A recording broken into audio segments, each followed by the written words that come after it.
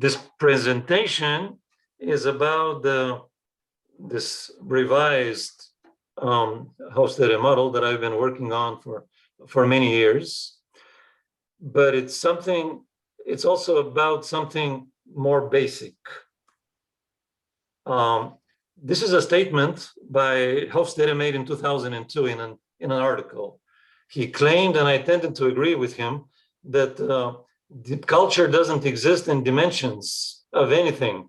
Culture, personality, they don't exist. They're completely subjective constructs that have to prove their usefulness and utility, which is fine. They have to be useful, but are they completely subjective? That's an interesting question, and I'm now working on this. Much of what I'm going to show has been published, but now I'm working with Anneli on something else, on this topic. So there are two basic questions here. Are psychological and anthropological constructs completely subjective? And related to this, which of them are useful? Now, if we believe Hofstede, the cross-cultural space, but also the personality space, anything that we measure looks like this. It's like the night sky. You look at the sky, you see stars everywhere, and you may distinguish some constellations, but basically they're also everywhere. So if you want to draw a coordinate system, it doesn't matter much how you draw it. The axes can go in any direction. You will always capture something, and you can rotate them any which way. It wouldn't matter much. It would still capture something. And then, of course, you have to prove that something is useful, but that's a different question. However, we have some evidence, including Agner-Fo's analysis, suggesting that those dimensions that replicate better than other dimensions tend to form a two-dimensional structure, which repeats itself across different studies and very different research traditions. And I consider this an indication that those dimensions that replicate better than other dimensions are somewhat more objective than the latter. And it turns out that those that replicate well are variants of individualism, collectivism, and what I call flexibility-monumentalism. Hofstede called this long-term orientation, short-term orientation. It doesn't matter what we call these dimensions. What matters is this consistent structure across studies. So it turns out that actually the cross-cultural space looks like this. There are some big galaxies, and if we want to draw a coordinate system, we should take them into account. Of course, we can rotate the axes any which way. Subjectivity is always there, but precisely the search for utility that Hofstede advocated, and many of us believe in. Chris has been defending this very strongly, and I completely agree with him. And Michael Bonn has been asking this question, the so what question. You measure something, you can measure anything, fine, but so what? You have to be practically useful. And that means you have to draw the axes in such a way that they capture something big and useful. And just some of these celestial bodies are just bigger, meaning that they're more important. Some cultural phenomena are more important than others. And this is to somewhat subjective, but we all agree that rule of law, for example, is something extremely important. And homicide rates and the degree to which there's stability in a particular country. There are all kinds of interesting variables. And it turns out that there is some objective pattern if you examine their structure. And this pattern seems to be something like this, more or less. It's not exactly like this. This is a simplification. Actually, individualism, collectivism is more strongly correlated with latitude. But since there's so few countries in the Southern Hemisphere, we can oversimplify things and say that it's basically about north-south, this distinction on the real map. And flexibility monumentalism is actually a distinction between East Asia and Latin America, definitely, but also Africa. So it's not quite like this. This is simplification, but to some extent it's like this. And so this is another indication that there's something objective about this, about these two dimensions. And if you look at this cultural map that I published, these are data from a data set that has nothing to do with the World Value Survey, except that they're also nationally representative. You see the real cultural map of the world. You see the North versus the South and the East versus the West. You see the East Asian countries versus Latin America and Africa. And I will tell you in a little while what this is about, what these two dimensions are about. But then you look at the latest edition of the INGLEHART-WELZEL cultural map, and you see the same dimensions. And Agnar discussed this last time. It's this basically the same thing, but flipped and rotated. You see the individualism collectivism dimension. It's Northwestern Europe versus Africa and other poor countries. And flexibility monumentalism, you see the same contrast. East Asia at the top versus Africa and Latin America. It's almost exactly the same thing. Not quite, because if you look at the correlations, this is what you see. You need a bit of rotation to align the axes of my dimensions with INGLEHART-WELZEL dimensions, but that's feasible. And the remarkable thing is that when Engelhardt proposed this model decades ago, as far as I know, he never even cited Hofstede. He wasn't concerned with this to replicate Hofstede. And still, his analysis and then later analysis with the participation of Chris, basically all culture-related variables in the World Value Survey give you this. And then I also have to remind you that this flexibility monumentalism was discovered by Michael Bond. The publication is from 1987. And he used a completely different approach. He asked Chinese scholars to suggest values, and then he analyzed those values across 20 countries. So many different types of, many different theories, many approaches to this converge. They give us these two dimensions. And more or less they're about this collectivism versus individualism. These are my interpretations, but they're consistent with Schwartz. One of the big facets is conformism, which he calls embeddedness versus low conformism. Another one is what I call social ascendancy, desire to be famous and powerful and rich and important. And all of us who were born and grew up in collectivist countries know why. Because if you're big and powerful and famous, you're above the law. The laws are different from you. In a country where rule of law is minimal, although this is changing now in Eastern Europe. But when I was growing up in the 60s, the only thing that matters was whether you were a member of the Communist Party and your position in the Communist Party. That was the law.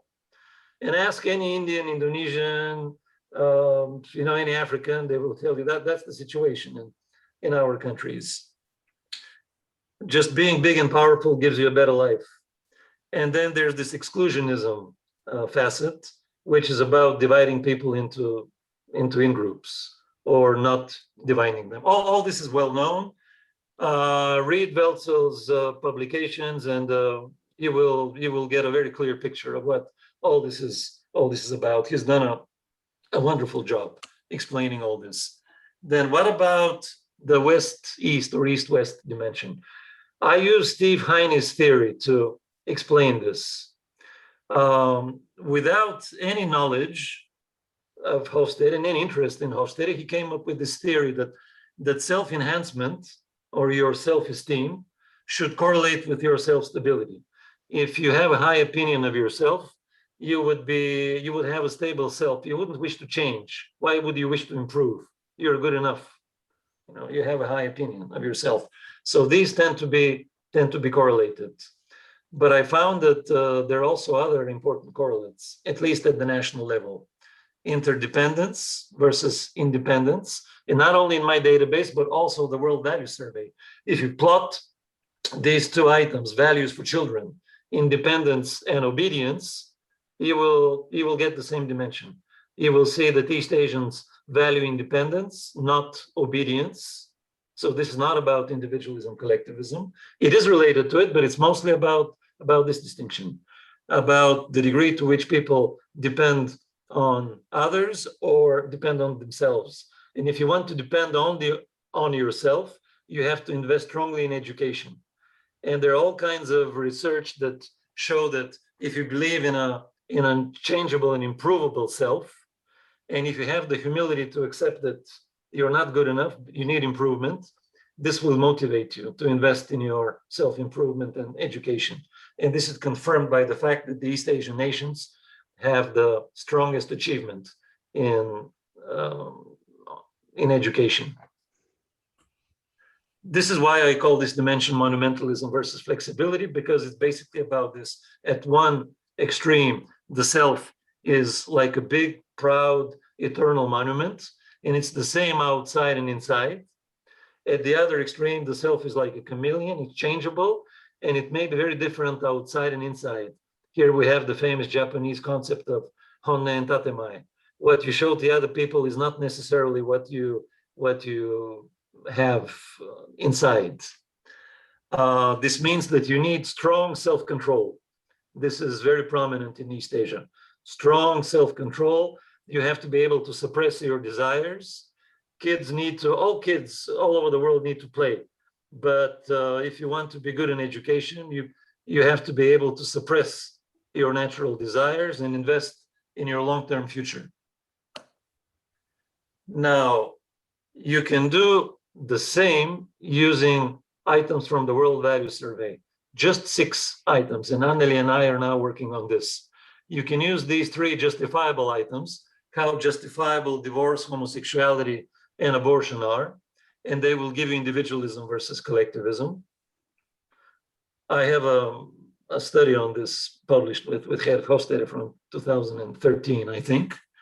And then 3 other items, the extent to which parents value thrift versus obedience. And one other item, what kind of person are you, atheist or religious person? They give you this distinction. Again, with just 6 items, you can get the same dimensions from the World Value Survey.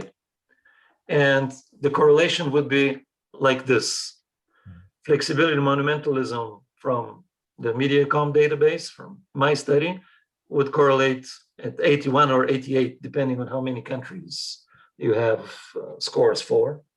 And individualism, collectivism would also correlate extremely strongly with the new measure from the World Value Survey. But the correlations with the other dimension, individualism, collectivism, and flexibility monumentalism, would be relatively low. It would still be significant to some extent, but relatively low. And this is the cultural map that Anneli and I produced from the World Value Survey, based on these items. It's basically the same thing. You see at the top the Scandinavian countries plus the Netherlands, most individualist, followed by Belgium and Germany and Switzerland, so the other Central West European countries. And at the bottom, it's Asia in dark red, the Arab countries in green, and the African countries in black. And East European countries are in the middle in red. And then East Asia versus East Asia in, what is this color, in dark gray, versus Latin America in yellow and Africa in black. And the Arab world gravitates in the same direction. So almost exactly the same map from the World Value Survey. Now, what is also interesting, that we analyzed all these items, rule of law, political freedom, economic freedom, industrial fatalities, from the International Labor Organization, all kinds of variables from reliable and respectable international databases. And individualism, collectivism, and flexibility monumentalism predict these in a very simple linear regression. Of course, if you want to check for all kinds of other confounding variables, you may need a lifetime. Plowman has been working on obesity rates for over a year. So you can write a whole book if you want to analyze all of these, but we don't have time for that. And just one publication wouldn't be enough. But what we did was simple. We just put each of these in the regression model as the dependent variable. And the independent predictors were these two measures from the World Value Survey. And we also tried alternative dimensions of culture. When they were strongly correlated with each of these, like Chris Welzel's emancipative values, the result was strong variance inflation, which means the model is not reliable. And the question of asking, does my measure of individualism or Schwartz's embeddedness or Chris's measure of emancipation work better is like, and which is more real, is like asking whether the African elephant is more real than the Indian one. It's the same, it's the same animal, two versions of the same animal, basically. But the important thing is that none of the other dimensions that are not correlated with these, like tightness, looseness, like Project Globe's performance orientation, they don't predict. They don't predict any of these. And I wonder what they predict and what their utility really is. Now, we also did the following, and this has been published. We analyzed these in factor analysis. These are objective culture measures. And how did we pick them? Each of them correlates with monumentalism flexibility or individualism collectivism at 0.60. And there's a theory behind them to explain the correlation. And it turns out that we get two factors. It's not surprising that the red one is what Chris has been writing about: political freedom, transparency, corruption. These things go together. Gender inequality, so no surprise.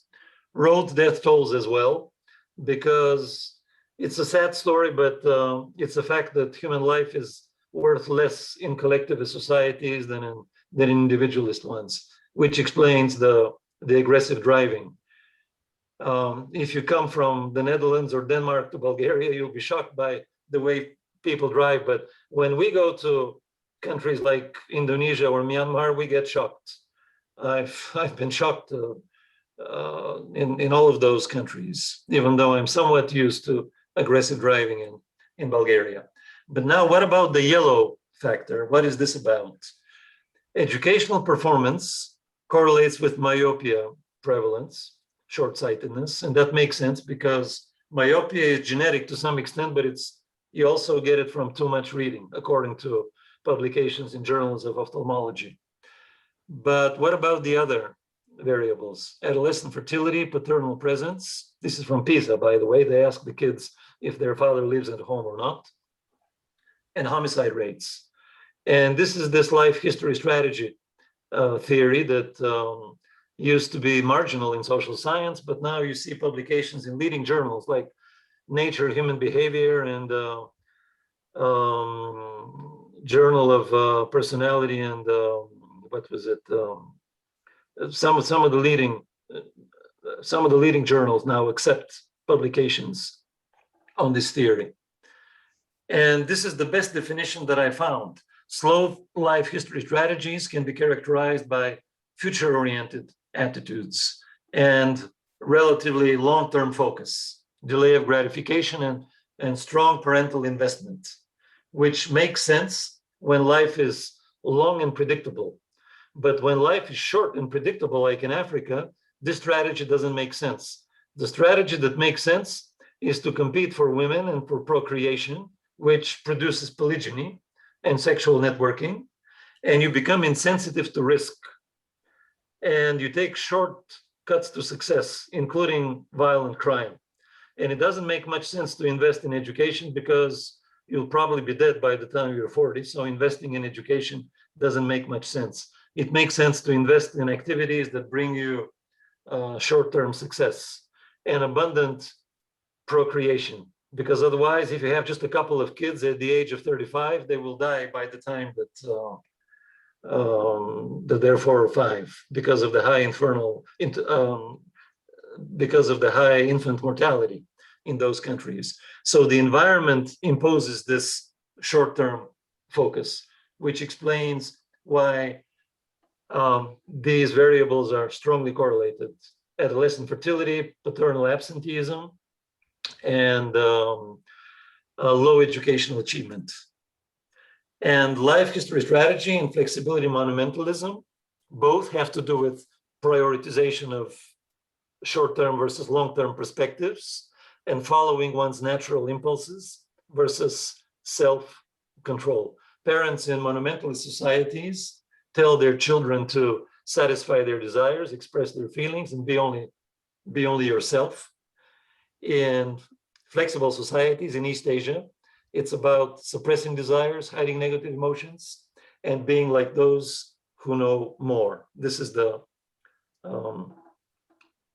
long-term strategy.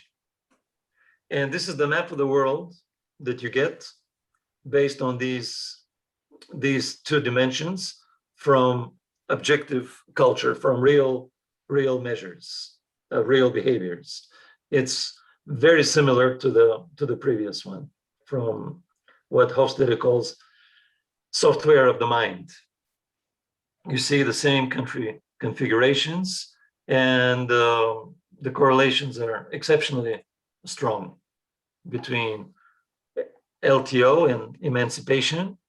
These are the names that we gave to the objective culture dimensions, and the subjective culture: flexibility, monumentalism, individualism, collectivism. Agner asked a very good question: to what extent is this flexibility monumentalism something real or an outcome of response style? It cannot be just response style because it correlates so strongly with all these objective variables. And interestingly, that we get exactly the same picture when we do this analysis across the 50 American states. We get the same factors, and you see road death tolls, for example, load on the same factor of gender equality, and the percentage who attend church weekly. This has to do with religiosity versus the lack of it. And the yellow one is the same: myopia and percentage births to unmarried mothers, and 8th grade math achievement, pregnancy rates, and homicide rates give you the same factor across the 50 US states. So there is something objective. And you get a pretty convincing map, cultural map of the 50 US states based on these measures. So this is this revised model that Anneli and I proposed in one of our latest publications. 2 dimensions, each of them in 2 different variants: one from subjective manifestations in blue, and one from objective manifestations in red, although the names are different so that we know what we're talking about, subjective or objective. So individualism, or whatever you prefer to call it, is basically about freedom. And Chris is very correct in stressing this. It is about all kinds of freedom: political, economic freedom, sexual freedom, all kinds of freedom, plus assertiveness and universalism. And you can add all kinds of other things. These are just some of the most prominent facets. And flexibility is about self-control and duality, self-improvement, and self-sufficiency. And then we have the objective manifestations of these dimensions. For flexibility, it's long-term orientation, strong focus on education and achievement in education, crime control, and a particular family structure in which the 2 parents tend to be together. And the objective mirror image of individualism is emancipation with rule of law and all the other things that that we talked about and that Chris has been writing about for quite a long time. So conclusions: subjective and objective culture produce mirror images, and this suggests that there's something objective in this pattern. And both types of cultures are patterned geographically. If you don't have a geographic pattern, I'm very skeptical of measures that don't give you a geographic pattern. And the world and the US exhibit the same cultural patterns. This means that nations and the US states are valid units of cultural analysis. And it seems the two dimensions of culture are enough to capture most of the cultural variance across nations and US states. Of course, you can have other dimensions for some particular purpose. Some of them may work better, but basically these two capture quite a lot, so much that they seem to be the backbone of any reliable model that proposes to explain the existing cross-cultural differences across nations or across the 50 states. And this, in my view, this gives these two dimensions an objective existence, because so many different studies produce the same pattern, both in terms of subjective and objective measures. And flexibility monumentalism theory is compatible with life history strategy theory, although we still need a lot of work on this. This is just a very superficial conclusion for now. I realize we still need quite a lot to work quite a lot on this. And then dimensions that are not closely associated with either of these two probably have no explanatory power. And apart from level of economic development, climate and type of agriculture in the past seem to predict most of the cultural variance today. And again, this is something that we still need to work a lot on to prove this. Everett van de Vleert and Chris have done some wonderful work, but we need to pay much more attention to this line of research and do a lot more. I hope we will see a lot more, and I hope a lot more people will get involved in this line of research, trying to explain why the world is patterned like this today. So this is it from me. Thank you very much, and I'm ready for questions and comments.